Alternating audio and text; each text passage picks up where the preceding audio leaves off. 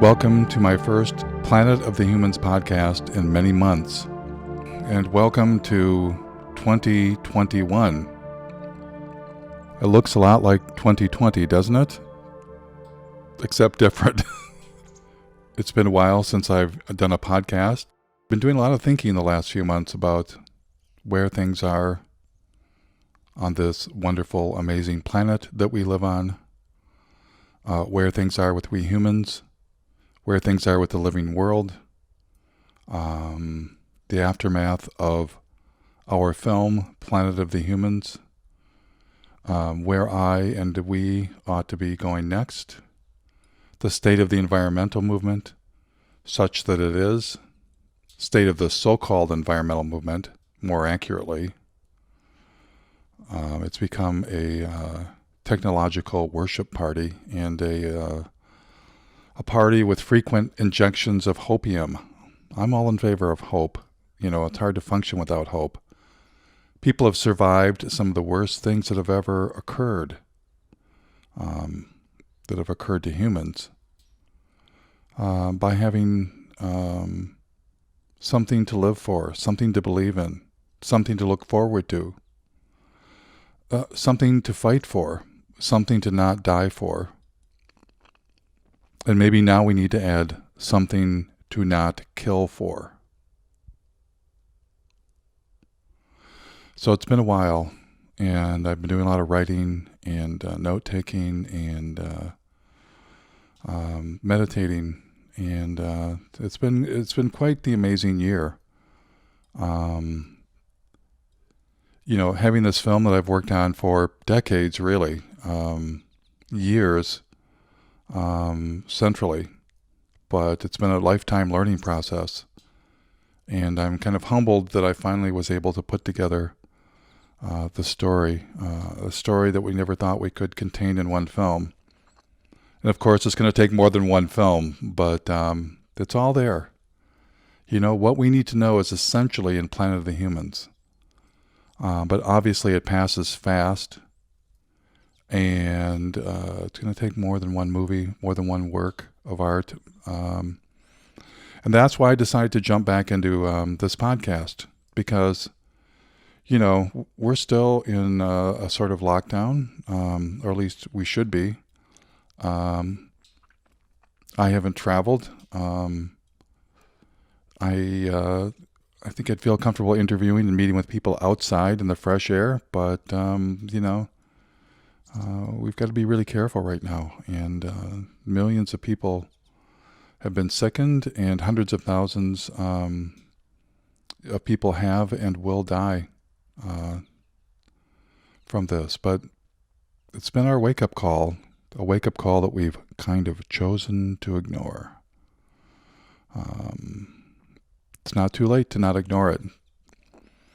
But to finish this, what I feel like is an epic film that we estimate between our YouTube channel, the dozens of other copies that people made of the film, some at our request, some because they just people decided to copy it and place it everywhere on YouTube and other sites, and then the reality that, you know, perhaps more than one person was watching it at a time, but it could be that 15 to 20 million, maybe more than that, have seen Planet of the Humans in less than a year. Many of those in the first few months. So to have this occur, the film came out April 21st, right before Earth Day. And that was maybe a month into the lockdown? The lockdown felt very dramatic at that point, didn't it? It felt so intense, even though it had only been weeks, because we weren't used to it. And now it's been going on for maybe 8 more weeks. It'll be 10, 12 more weeks. It'll have been a year. So this is our new norm, right? And so I've got so much to say, I almost don't know where to start. And but it's a new year, and I think, as I was beginning to say, no one can make a work of art in solitary. I think one of the great myths of storytelling is that people somehow go write a book, a novel, a screenplay, a movie, whatever, that there's these isolated geniuses that sort of go off and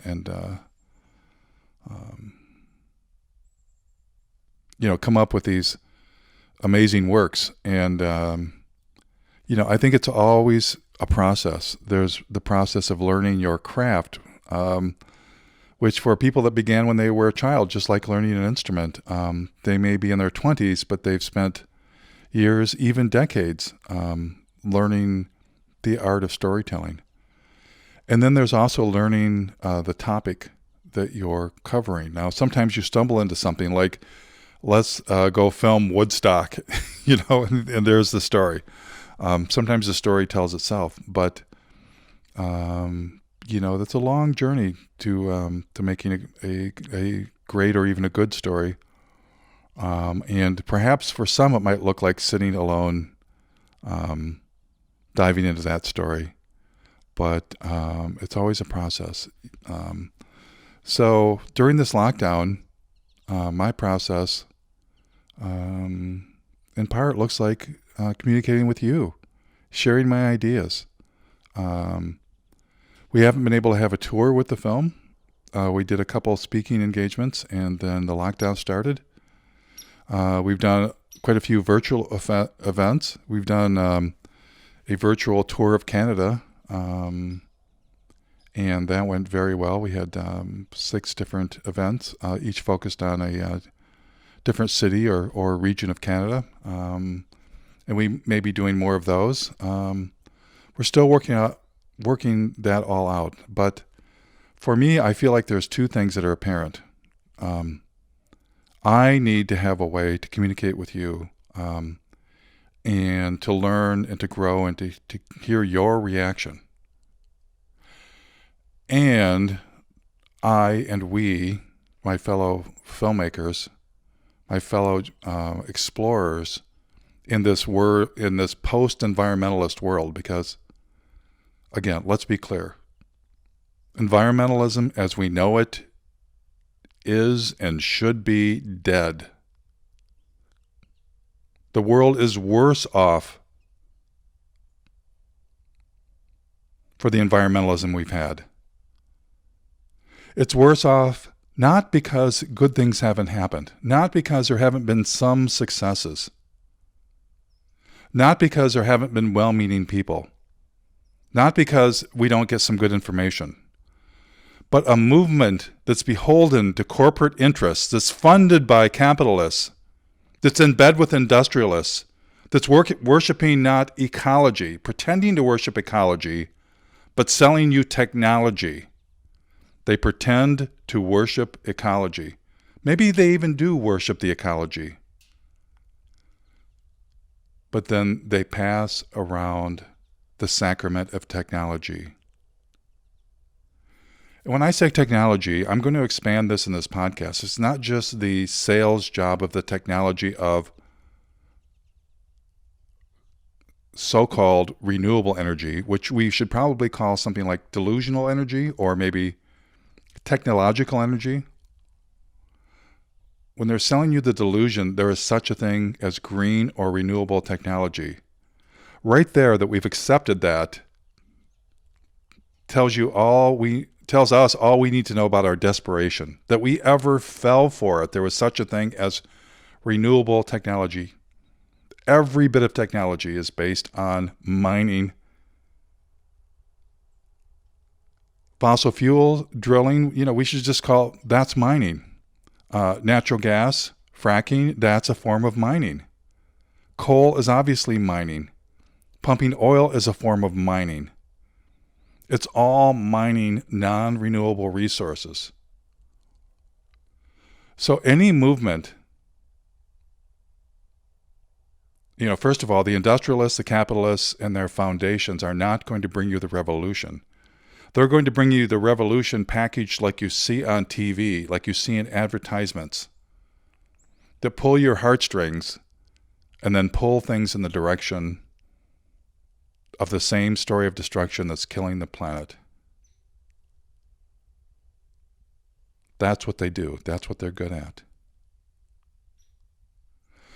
Any movement, however well-intended, however it was funded, that brings you partial solutions, that brings you solutions that put Band-Aids on what's happening. And some of these Band-Aids are desperately needed. We desperately need to save the last bits of biodiversity. We desperately need to protect endangered species. We desperately need to find a way to take care of the humans that are forced to go, plunder what remains of ecosystems around them just to stay alive. But any movement that focuses on technology and partial solutions is a movement that's leading us off the cliff. If I have a cold and cancer and a backache, it's nice that the doctor treats my cold and the backache, the cough and the backache. If I have a cough and a backache, and I also have cancer, and perhaps the backache and the cough and the spitting up the blood is from the cancer, do you want the doctor to treat the cough and the backache and the spitting up? Or do you want to know how you're going to deal with the cancer?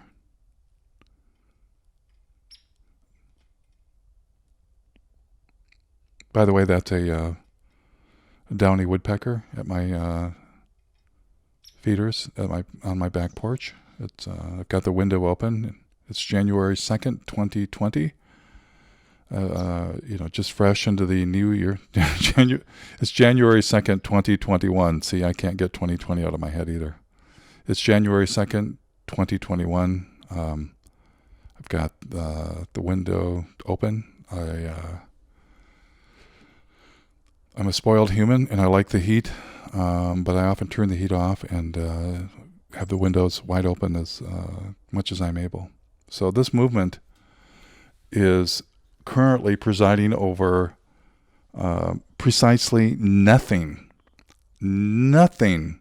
This environmental movement is presiding over precisely nothing that can prevent the coming collapse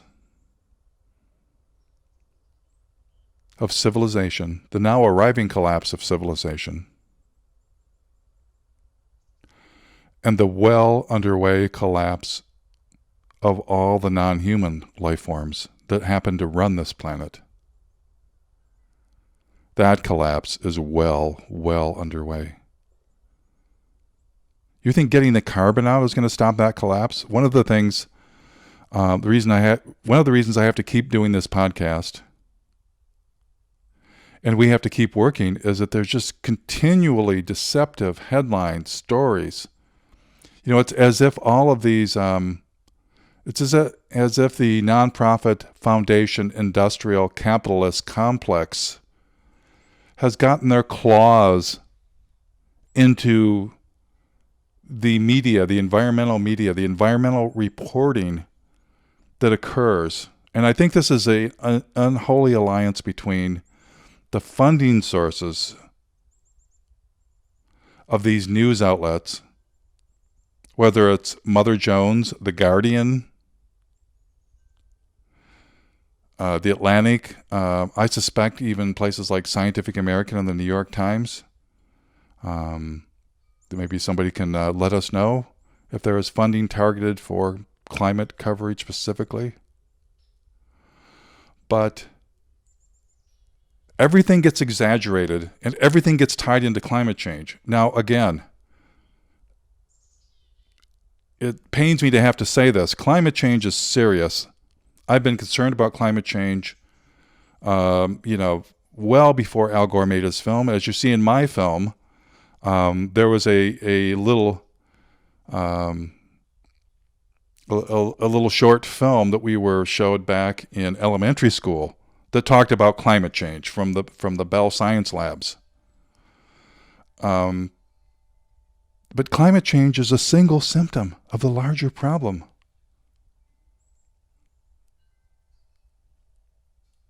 There are too many people consuming too much for a living planet not to support. Let's get this support idea. We could convert the whole planet to what? If we had an infinite amount of energy and fossil fuels, or some infinite energy source, we could convert the whole fucking planet to nothing but food production for humans. Is that a planet you'd want to live on? That's a planet you could only live on delusionally for a while, because newsflash, everything, not just our weather, but even the air we breathe depends on this codependency of animals, plants, fungus, and classes of organisms that we don't even fully understand, that we've only identified in the last few decades, that live, whether it's deep in the ocean or deep in the rocks. We're still learning what's alive on our own planet, how much this entire planet is alive. And so a movement that sells us technology, that's in bed with capitalism, that presents a lot of good news, that presents a lot of good information, but consistently directs us towards illusions, that overemphasizes the role of climate. And let me say a little bit more about what I mean by that, and how that's a misdirect. All of us have seen the horrible stories of the fires in Australia. It's tragic, and perhaps 100 million, it could have been 1 billion,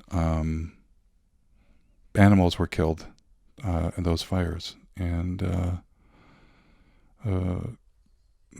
very cute, innocent seeming, although it's got claws and teeth. It might be not the best pet, but the very innocent, one of the iconic animals of Australia, the koala. Just terrible images and stories of, burned and destroyed, and koalas and koala families, and it's a horrible situation. But how did we get into this mess? How did the koalas get into this mess? Why is the climate now endangering them? The remaining koala habitat has been fragmented into small pieces. And when fire now comes through, there's nowhere to run. That's it. That's what they have left. I think there's something like 30,000 koalas left. It's in the tens of thousands anyways. There were millions and millions and millions killed by Europeans upon arrival into Australia. Millions. The habitat, I don't know what it is in Australia, but I have a hunch that most of the arable land, the best land for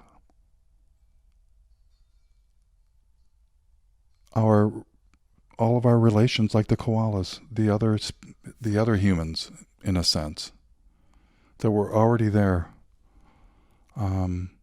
That land has been taken, turned to agriculture, turned to roads, turned to cities, turned to spaces for homes, to malls, to everything human, to soccer fields. And now into this remaining habitat, It's not just the fires. Cats kill 1 billion animals in Australia per year. Do I need to say that cats are an invasive species brought by the master invasive species, humans? Cats kill 1 billion animals in Australia alone per year. The fires are on top of that and probably don't even equal that, have not equaled that. And if they do equal it, it's an additional threat. So we look at what agriculture has done around the world. And agriculture and its evil twin, deforestation, and hunting and fishing, those 4 things have reduced the life on this planet to rubble. We humans dominate almost every bit of the good land on this planet. And what you see when you see green trees, and you see if you take a flight, what's all this green stuff? It can look good from a distance or from the air but those forests are going to be logged again. They've been logged once or twice. They've been subject to our now century or two of air pollution. They've been subject to management. And by the way, many of the forests that are burning around the world have either been managed by humans or, worse, were meant to burn and we've been repressing fire. And now we're getting super fires, not just because of climate, because we've been repressing the fire. So let's get back to the koalas.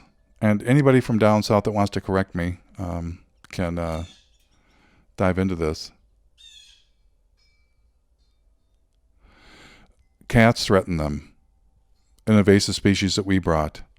Mostly our development threatens them. All the habitat laws for agriculture, human development, home building. Dogs threaten them. Now that they're vulnerable, pollution threatens them. Now that they're in smaller populations, especially pollution. Diseases. Disease runs rampant through a stressed population. Does that sound familiar? Does that story sound familiar? Disease runs rampant through stressed populations. And even the climate change component, it's about a lot more than fossil fuels. Mining contributes already 10% of global emissions. And that's going to go up and up and up. Agriculture is a tremendous contributor to air pollution and greenhouse gases. Not just animal agriculture, which many people are aware of, the contribution of methane, and there's some work that's emerging. By the way, you may hear my wind chimes. Again, I have the window open. It's not just animal agriculture. It's plant agriculture. Driving through Kansas, driving through the plant-growing regions of, driving through the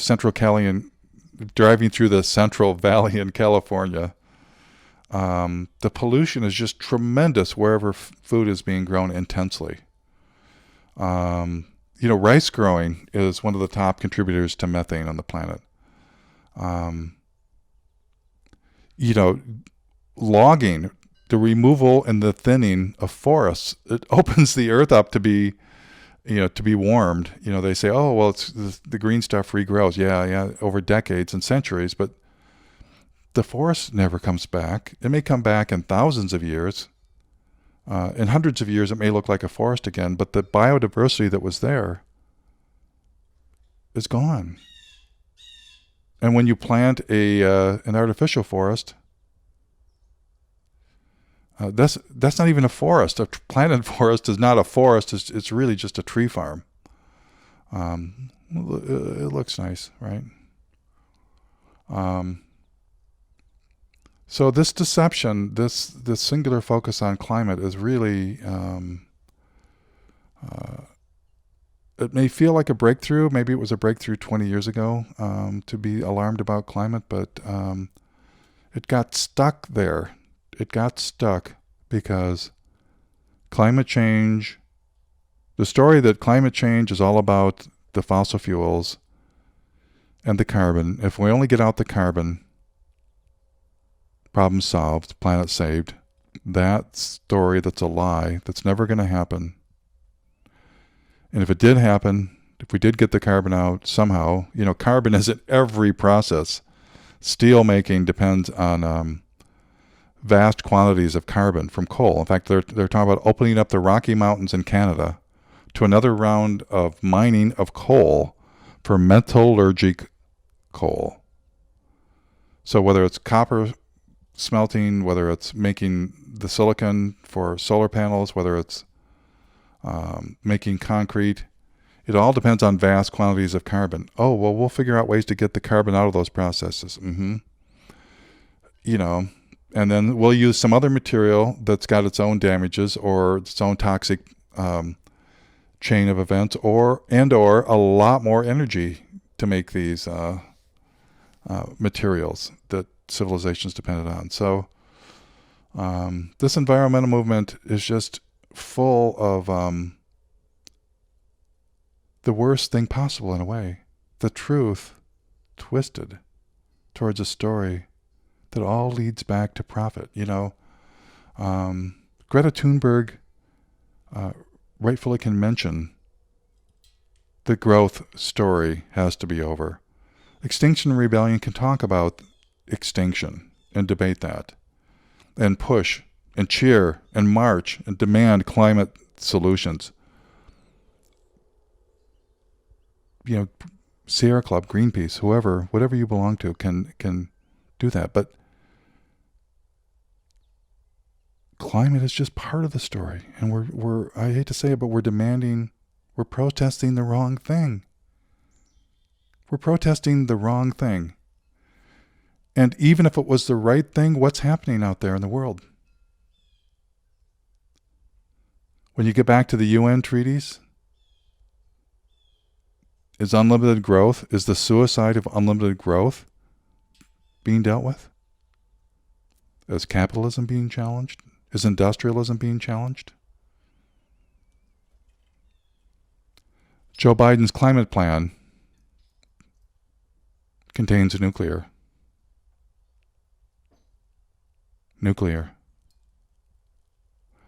The climate agreements that were signed by Obama with China, all kinds of fossil fuels. We're being gamed, people. Now, let's be clear. The solar and wind are not going to save us, and they're not cleaner than fossil fuels. It is so hilarious to me that people could think, oh, look, it doesn't produce any pollution. The solar panel, once you make it, it's not producing pollution. Really? Oh, yeah. The nuclear plant, once you build it, it's not producing pollution.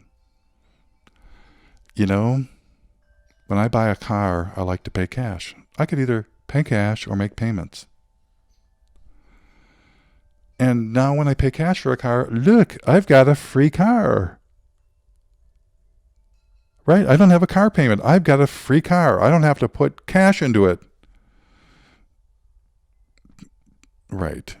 And nuclear and all the so-called renewables are exactly like that. You do the damage up front so you can pretend you're not doing damage when you put it up in your fucking yard.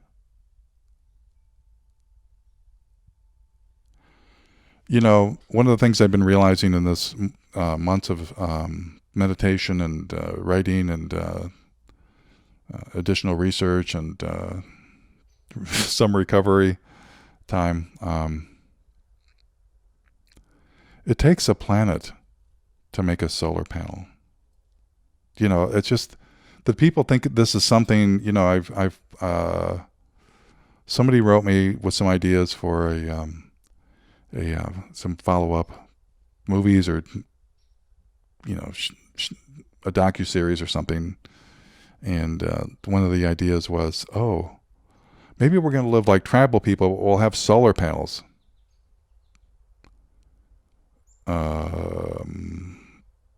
Right. Like most tribal people don't have the ability or the interest, but a tribe doesn't usually make glass. In fact, glass, as soon as civil order falls apart, what's the first thing that happens when there's disturbance, when there's violent protests, when there's riots, when there's unrest? The glass gets broken, and that's been true throughout human history. So both the ability to make glass, and in a world with a lot of humans who are often in conflict, to keep glass, even that doesn't happen on the tribal level. Smelting iron, smelting copper, we're not thinking this through. All the easy to get iron and copper is gone. It takes a forest of hardwoods. Some people say, oh, we're going to have copuses. Come on, give me a break. The reality is in Roman times, in the Middle Ages, and China, wherever we've had glass, copper, bronze, steel, hardwood forests had to be dedicated to the process. I visited an old 160-year-old, I think, iron smelter made out of giant blocks of they look, I don't know if it was rock or some kind of formed concrete, but it was had about the footprint of a house. So not huge by today's standards, but that's what they had in the 1800s, with 10 times fewer people and 100 times smaller economy. And it took an acre of hardwoods per day to make the charcoal to keep that kiln, the iron smelter, going, and you couldn't let it go out. So wherever I found these iron smelters, even at that 100 times smaller human presence 150 years ago, the forests were ran through within years to at most decades, usually not more than 2 decades. Absolutely incredible. And then they would have to move the smelting operation or turn to coal, is what happened as we ran through the forests of the world. So, we don't really have a good grasp on the bigger picture. Oh, so the point was, yes, maybe we'll live like tribal people, but we'll still have electricity because we'll have solar panels. Okay, I've just described the difficulty of having glass and steel, just a little bit of the difficulty that's not scavenged in a post-industrial world. But now you're talking about, potentially rare earths, which there are only a few mines around the planet that are tremendously damaging and polluting. We're talking about very high quality silicon, which is, again, there are only a few mines around the planet that can produce this. And the refining processes are so particular that often, there's several stages to this, and the raw materials are transported sometimes across the ocean. I believe sometimes from one of the pathways is from North Carolina to Norway for the first process of creating silicon metal for solar panels and for technology. Then you've got the inverters with all the specialized electronics, and then most importantly, you have the batteries that everybody says that we're going to have that will never exist at the scale that we need. And if the attempt is made, will do an insane amount of damage across the earth. But these batteries, containing lithium, might come from South America, might come from Mexico, might cobalt, which often and mostly comes from Africa. The rare earths that I mentioned, coming from China, maybe from Canada, and just a huge list of materials that I haven't even got my head around. It takes a planet it takes a global, it takes a fossil fuel addicted global industrial civilization to make a solar panel. There are few things that are more non-local, more non-renewable. It's like if you thought, okay, what could we invent that's completely non-renewable, that's completely dependent on the most toxic and industrial processes that have ever existed. So many so that chances are no single country right now could even make a solar panel, an advanced solar panel with the materials from its own country. Maybe there are, if push came to shove, there are the U.S., Canada, maybe the Soviet Union, maybe China, I don't know, but not, it would be even difficult in this current time to do that. England's not going to do it. Spain's not going to do it. Venezuela's probably not going to do it. Cuba's not going to do it. So, the chances that a set of tribal humans will make even a piece of glass, much less a solar panel that produces electricity, and the batteries and the inverters and the wires and the transformers, it's just... So even people that watch the film, many of us still cling to our hopium. We still cling to our illusion that some version of this is sustainable. Now, I don't know what the future looks like. I just know whatever we might consider a quote-unquote sustainable future for humans has not been invented. Whatever we might consider a sustainable future for humans has not been invented. And whatever might be a sustainable planet, in a planet that can endure our presence, well, that planet's been invented forever because the planet has run itself for millions of years.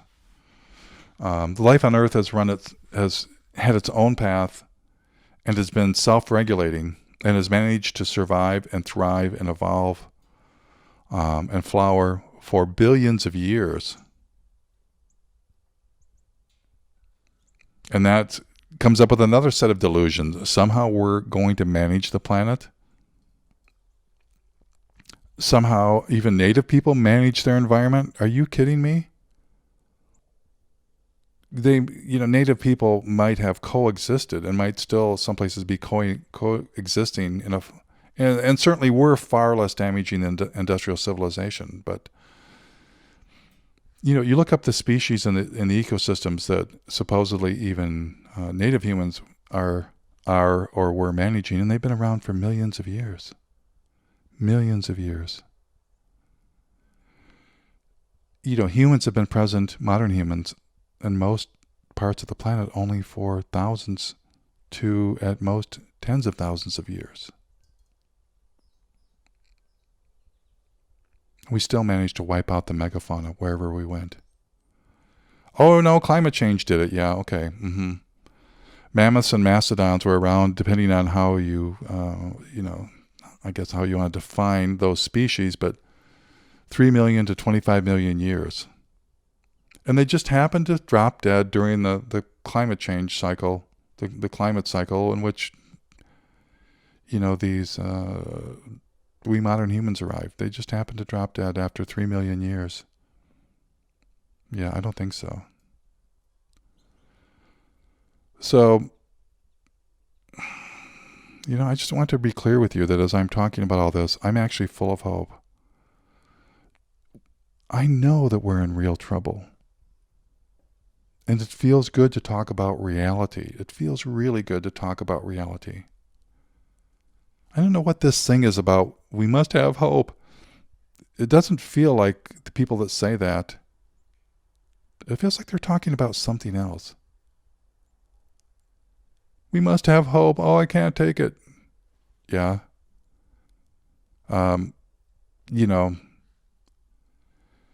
Maybe the all the other non-humans that we've reduced to rubble are not taking it either. And all those, we've talked about in the other podcasts I've done on Rumble and wherever, we're reducing species after species to rubble. And almost never does climate change have anything to do with it. So, and I keep harping on that, but we've got a climate and technology obsessed movement. And I include, and we'll be getting into some discussions about this, I include the desperation for some kind of magic agriculture. Because all of our fantasies about agriculture is technology as well. It's not high technology, but in a sense, it is the most destructive technology humans have ever developed. And along with the destructive technology of agriculture and deforestation and logging has come generations of basically rationalizations about how we're going to make that all okay. And there's not going to be a magic form of agriculture that preserves nature and feeds 8 billion people, 7 going on 8, going on 9, going on 10 billion people. There's not going to be a magic form of agriculture that feeds, I don't think, humans in the billions, while not continuing to dominate and to degrade this entire planet. I'll just give you a small example. There are better ways to grow food. And if we're going to, let's say, dedicate larger areas of land to raising buffalo, for instance, rather than cattle ranches, and those buffalo farms, if we're harvesting those, killing those buffalo, for human food, we're still taking from that ecosystem. And no matter how we manage it, quote unquote, in harmony, like it was with, somewhat like it was back in the day, it's still under human control and human domination. The wolves, the grizzlies, the mountain lions, all the coexisting creatures that were part of that ecosystem, will still have been pushed to the side. They will still have been pushed to the side. Now I know it's more complex than that, and certainly a more natural way of growing food, growing plants in a way that doesn't destroy the soil as readily. That's all. Many good things. But the bottom line is, there's nothing that's going to support 8 billion, 9 billion, 10 billion humans. Probably not 7, 6, or 5, or 4, or 3 billion humans without continuing to degrade the planet. And the only chance a living world has is for us to head back down that scale. How we do that with love and with taking care of everyone, that's one of the questions before us. The other question is, at what lifestyle? Because 300 and something million Americans, our that way of life doesn't work times billions of people.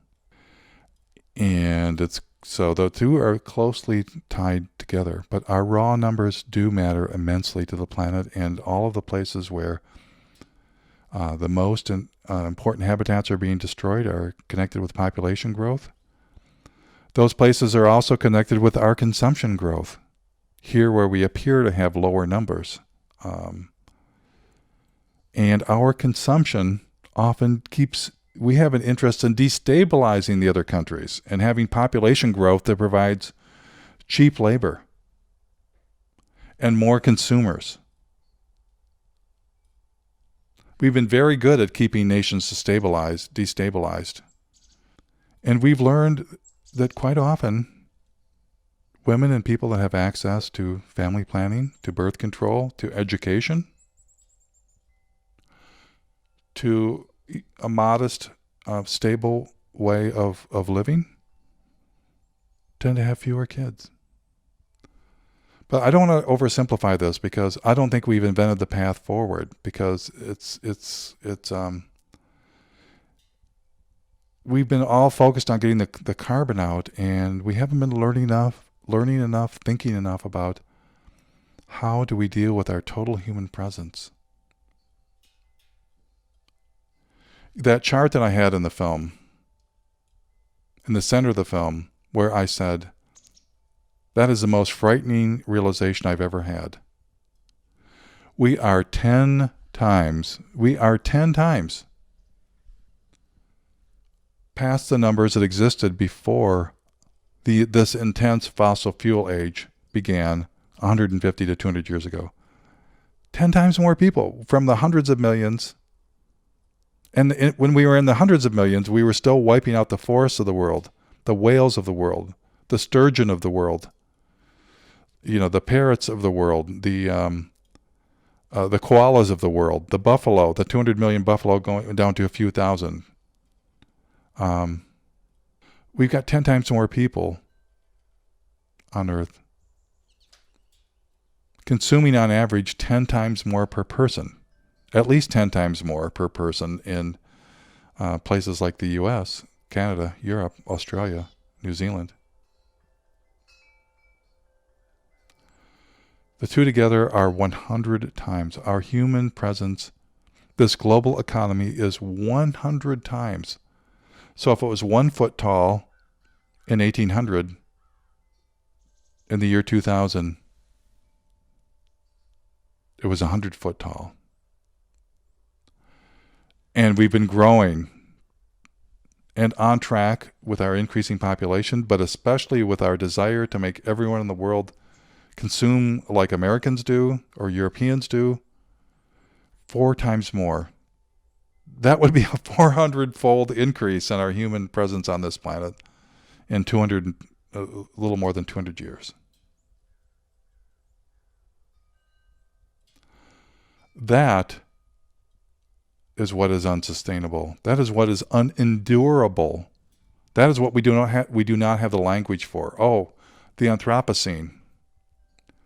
That is a clinical term that describes the impact, but not the problem. The Anthropocene, the geological age when humans are triggering this mass extinction event. We are the mass extinction event, and will become victims of this mass extinction event. So I'm interested in, I don't have the magic solution. It's just the right question to be talking about. How do we get to a smaller human presence before nature does it to us? Let's wait until nature does it to us. The problem is, if we don't have a planned collapse, a planned reduction, a planned degrowth of all things human and regrowth of all things natural, the living planet will do it to us. And we're very likely to take everything out with us on the way down. The evidence is very strong, and logic is very strong, that humans will chop up everything to stay warm, rather than freeze to death as things collapse. Unfortunately, we built all these tree-burning power plants around the planet. I say very unfortunately, because we're going to be tossing everything that's burnable, including animals, yes, including animal waste, leftover animals, dead animals, but including animals, trees, plants, old houses. That's what's tossed into these biomass plants. Mostly it's, wood waste, right. We're going to burn through what's left of the living planet. First, rather than give up our lifestyles and then next, rather than freeze to death. Oh, we'll go out and pick wild food. Yeah, just where I live in the north, if all 100,000 people in this large area went out and in the spring went to pick their wild greens, I don't think there'd be much left. Probably after our third day of trying to live off of salad greens. We don't know. We just are not comprehending the fullness of the mess we're in, and we're not making a plan. I don't see anybody having a plan.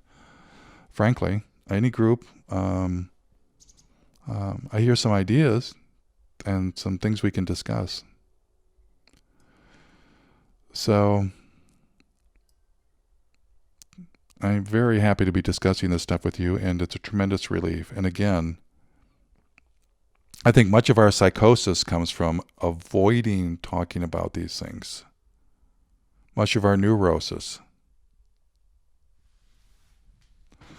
So, and there's so much more I want to say today, but I'll save getting into some specifics for maybe tomorrow or the next podcast, whenever that might be. Hopefully it will be the next few days. Especially let me know if you think this is a good idea, or let me know where you think we should go next. I just want to end this with thanking everyone that made Planet of the Humans possible. Just our small team, all of you know who you are.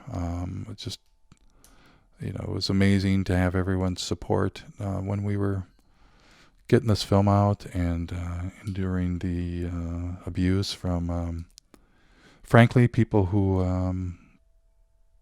lost a grip on reality and tried to be very injurious to us in the film. I think they, I've learned that people that feel guilty and ashamed often lash out in very cruel ways.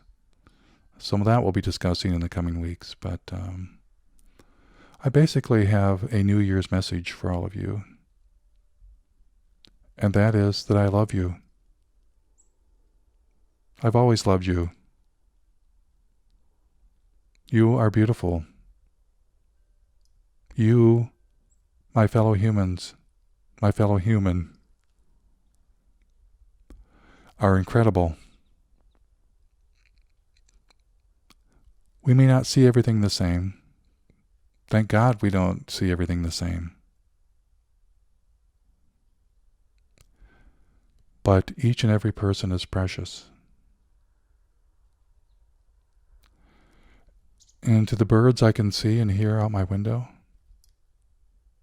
to the deer, to the possums, the rabbits, the swans that came to visit this week in a lake by me,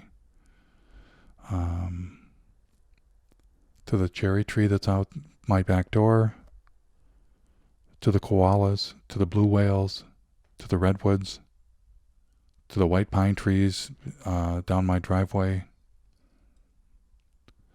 to the grizzly bears and the black bears, the penguins, the cuttlefish, the octopus, the slime, the mosquitoes, yes, the mosquitoes, the shorebirds, the seagulls. I love you. I love all of the life on this planet. The only reason I'm doing this is because without bringing this to awareness and consciousness, we'll never have a plan to avert the unfolding catastrophe. I am filled with hope that if we destroy hopium and destroy all the false hope, our only chance at real hope will emerge. Sometimes reality therapy is the only therapy. We all need love, but we all need reality. We're in the wrong story. We don't understand who we are or where we've come from or where we're going. There's clues all around us. The awareness is beginning. It's now acceptable to not believe that technology, green technology, or whatever bullshit we want to say, that any technology is going to save us. It's now acceptable. Last year at this time, it was less acceptable.